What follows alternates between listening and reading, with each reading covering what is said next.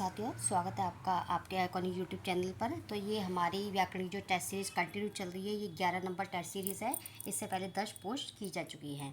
तो व्याकरण के सभी इंपॉर्टेंट क्वेश्चन हैं, सभी एग्जाम के पॉइंट ऑफ व्यू से व्याकरण और हिंदी साहित्य जो भी मैंने वीडियो अपलोड करी है, सभी आप अच्छे से करें। बिल्कुल करंट आए हुए क्वेश्चन हैं एग्जाम से रिलेटेड, और जो हर बार एग्जाम में पूछे जाते हैं। चलिए ज़रा टाइम मिलते क्लास को स्टार्ट करते हैं। और जो भी छात्र नए जुड़े हैं, क्लास को लाइक, सब्सक्राइब और शेयर जरूर करें, जिससे और भी विद्यार्थी इसका लाभ उठा सके। क्वेश्चन नंबर 1, निम्नलिखित शब्दों में उपसर्ग को पहचान। उपसर्ग हमने पहली क्लास में पढ़े थे। उपसर्ग हमेशा शब्द के आगे जोड़े जाते हैं। अभ्यास, अभिमुख, अभियान। तो इसका सही जवाब क्या हो जाएगा? अभी। कौन सा उपसर्ग हो जाएगा? अभी। अभी धन यास, अभी धनमुख, अभी धन यान। तो इसका सही जवाब हो जाएगा अभी। जैसे हमने प्रति का करा था, अधि का करा, जैसे ये अधिका है। तो अगर नेक्स्ट क्वेश्चन, निम्नलिखित में पुल्लिंग शब्द है। पुल्लिंग शब्द क्या है? सारस, मूंग, सरसों, मकई। तो इसमें से ये जो सारे हैं, ये सारे हैं स्त्रीलिंग। ये सारे स्त्रीलिंग हैं। तो इसमें पुल्लिंग क्या है? सारस। सारस एक जानवर है जो क्या है? पुल्लिंग शब्द है। नेक्स्ट क्वेश्चन, निम्नलिखित में से विसर्ग संधि कौन सी है? दिग्गज, महिष, निरंतर, जगदीश। तो इसका सही जवाब हो जाएगा विसर्ग संधि कौन सी है इसमें से? निरंतर। विसर्ग संधि कौन सी है? निरंतर। तो इसका सही हो जाएगा विग्रह निह गहन अंतर। तो ये है विसर्ग संधि। नेक्स्ट क्वेश्चन, परमानंद में समास है। परमानंद में कौन सा समास है? अव्ययीभाव समास, बहुव्रीहि समास, द्वंद्व समास, कर्मधारय समास। परमानंद का समास कौन सा होगा? परम है जो आनंद। तो इसमें सही जवाब हो जाएगा कर्मधारय समास। परम है जो आनंद हो जाएगा कर्मधारय समास। वह पहुंचा ही होगा। वाक्य में क्रिया का काल बताना है। वह पहुंचा ही होगा। हमें इसमें संदेह है, डाउट है, पहुंचा ही होगा, हमें नहीं पता। तो वर्तमान होगा, आसन्नभूत होगा, भविष्य होगा, या हेतु है तो मद्भूत होगा। तो इसका सही जवाब हो जाएगा वर्तमान। वर्तमान का भी कौन सा? संदिग्ध वर्तमान। वर्तमान का भी कौन सा हो जाएगा? संदिग्ध वर्तमान, क्योंकि हमें संदेह है, होगा। नेक्स्ट क्वेश्चन, कौन सा शब्द ब्रह्मा का पर्यायवाची नहीं है? कौन सा शब्द ब्रह्मा का पर्यायवाची नहीं है? चतुर्मुख, चतुर्भुज, कमलासन, चतुरानन। तो इसका सही जवाब हो जाएगा ब्रह्मा का कौन सा? चतुर्भुज नहीं है। चतुर्मुख ब्रह्मा का है, चार मुख वाला। कमलासन कमल पर विराजमान करने वाले कमलासन। और चतुरानन जिनके चार आनन है, चार मुख हैं। तो वो कौन सा है? ब्रह्मा का पर्यायवाची। और चतुर्भुज किसका है? चतुर्भुज है विष्णु जी का। चतुर्भुज किसका है? विष्णु जी का। नेक्स्ट क्वेश्चन, अंडे सेना मुहावरे का क्या अर्थ है? अंडे सेना कहते हैं स्वार्थ सिद्धि होना, घर में बेकार बैठना, मुर्गों का चूजों के ऊपर बैठना, सौंफ लंबी हो। अंडे सेना मतलब कहते हैं ना घर में बेकार बैठे रहते हो तुम। तो सही जवाब हो जाएगा घर में बेकार बैठना। अंडे सेने का मतलब होता है घर में बेकार बैठना। नेक्स्ट क्वेश्चन, नी, परी, उन उपसर्ग से संबंधित शब्द पहचानिए। वो शब्द पहचाने जिनके आगे ये उपसर्ग लगे हों। तो आपको इसमें साफ, बिल्कुल सिंपल क्वेश्चन है। देखो, नी इसमें लगा हुआ है, परी इसमें लगा हुआ है, उन इसमें लगा हुआ है। तो इसका सही जवाब हो जाएगा ये निबंध, परिजन और 29। नेक्स्ट क्वेश्चन, निम्नलिखित में पुल्लिंग शब्द नहीं है। पुल्लिंग शब्द कौन सा नहीं है? नकल, बचपन, रत्न और मोती। इसमें से कौन सा पुल्लिंग शब्द कौन सा नहीं है? नकल की जाती है। बचपन, बचपन कौन सा हो जाएगा?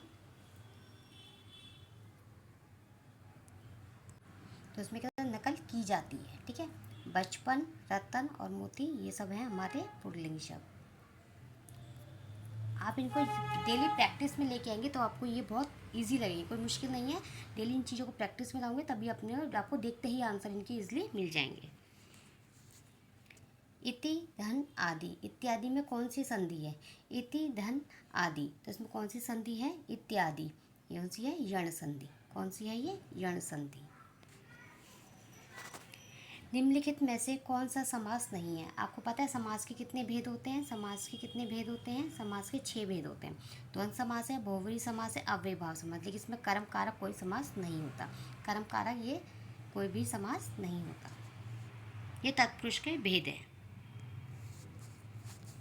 नेक्स्ट क्वेश्चन, क्रिया के जिस रूप में कर्ता के अनुसार लिंग परिवर्तन नहीं होता, लिंग परिवर्तन नहीं होता उसे क्या कहते हैं? भूतकालिक रूप में, आज्ञार्थक रूप में, वर्तमान कालिक रूप में या भविष्य कालिक रूप में। तो इसका सही जवाब हो जाएगा आज्ञार्थक रूप में। आज्ञार्थक रूप में लिंग परिवर्तन नहीं होता। नेक्स्ट क्वेश्चन, निम्न में से कौन से शब्द अंबर का अनेकार्थी शब्द है? ये तो बहुत इंपॉर्टेंट है और बहुत इजी है, आप बचपन से पढ़ते आ रहे हैं ये अनेकार्थी शब्द। अंबर का चंद्रमा, वायु, गगन और पृथ्वी। तो अंबर का अनेकार्थी शब्द कौन सा हो? इसमें हो जाएगा गगन। नभ, गगन, अंबर हम पढ़ते आए हैं। नेक्स्ट क्वेश्चन, कौन सा शब्द भ्रमर का पर्यायवाची नहीं है? शिलीमुख, मिलिंद, शल्भ, चंचरी।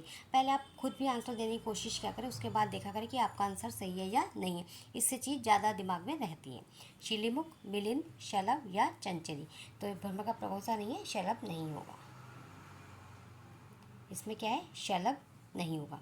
शिलीमुख है भ्रमर का, मिलिंद है और चंचरिक है।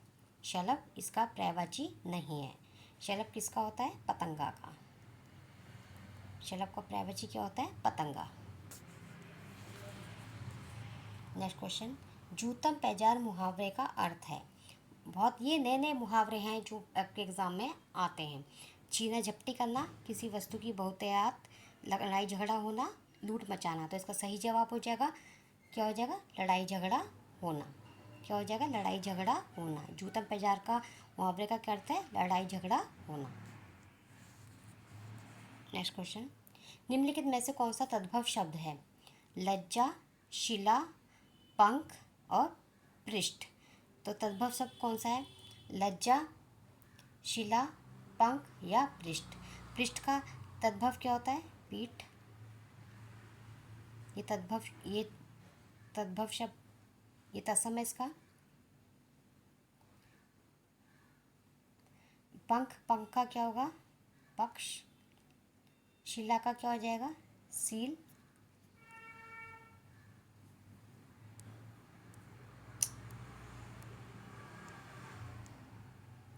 सॉरी, तो इसका सही जवाब हो जाएगा पंख। ठीक है, ये संस्कृत का शब्द है तो इसका सही जो तद्भव, जिसका जो तत्सम शब्द होगा वो हो जाएगा पक्ष। तो इसका सही जवाब हो जाएगा, लज्जा का क्या होता है? लाज। शिला का शील, पक्ष का पट। तो इसका सही जवाब हो जाएगा पंख का पक्ष।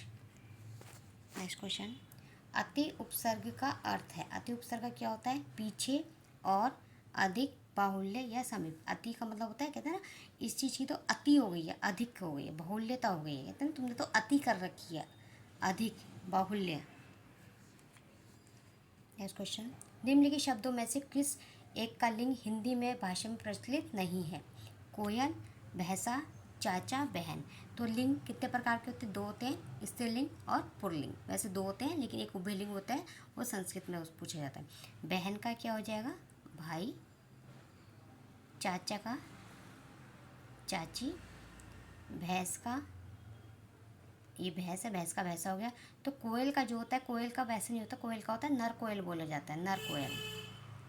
तो जो नर कोयल है तो इसका सही जवाब हो जाएगा, नहीं परिवर्तित किया जाता, वो जवाब हो जाएगा कोयल। कोयल को हम नर कोयल बोलते हैं, इसका कोई स्त्रीलिंग नहीं बोला जाता। भैंस का भैंसा का भैंस, चाचा का चाची, बहन का भाई। सही जवाब हो जाएगा कोयल। मनोहर शब्द में संधि है? दीर्घ संधि, व्यंजन संधि, स्वर संधि या विसर्ग संधि। तो मनोहर में कौन सी संधि है? विसर्ग संधि। मन है, घन, हर। ठीक है, तो इसमें कौन सी है? विसर्ग संधि। नेक्स्ट एंड लास्ट क्वेश्चन, किस समास में दोनों पद प्रधान होते हैं? द्वंद्व समास, द्विगु समास, बहुव्रीहि समास या तत्पुरुष समास। कौन सा समास है? वो द्वंद्व समास है, जिसमें दोनों पद की प्रधानता होती है। जैसे मैंने लिखा माता और पिता, इसमें दोनों की प्रधानता है, माता की भी और पिता की भी। तो ये हमारे टेस्ट सीरीज 11 के 20 क्वेश्चन थे। तो हो समझ में आ गए होंगे आपको अच्छे से क्वेश्चन। आप इनको 1-2 बार रिवाइज करें और सभी बच्चे इनको लाइक सब्सक्राइब करें। आशा करते हैं आपको क्लास पसंद आई होगी। धन्यवाद।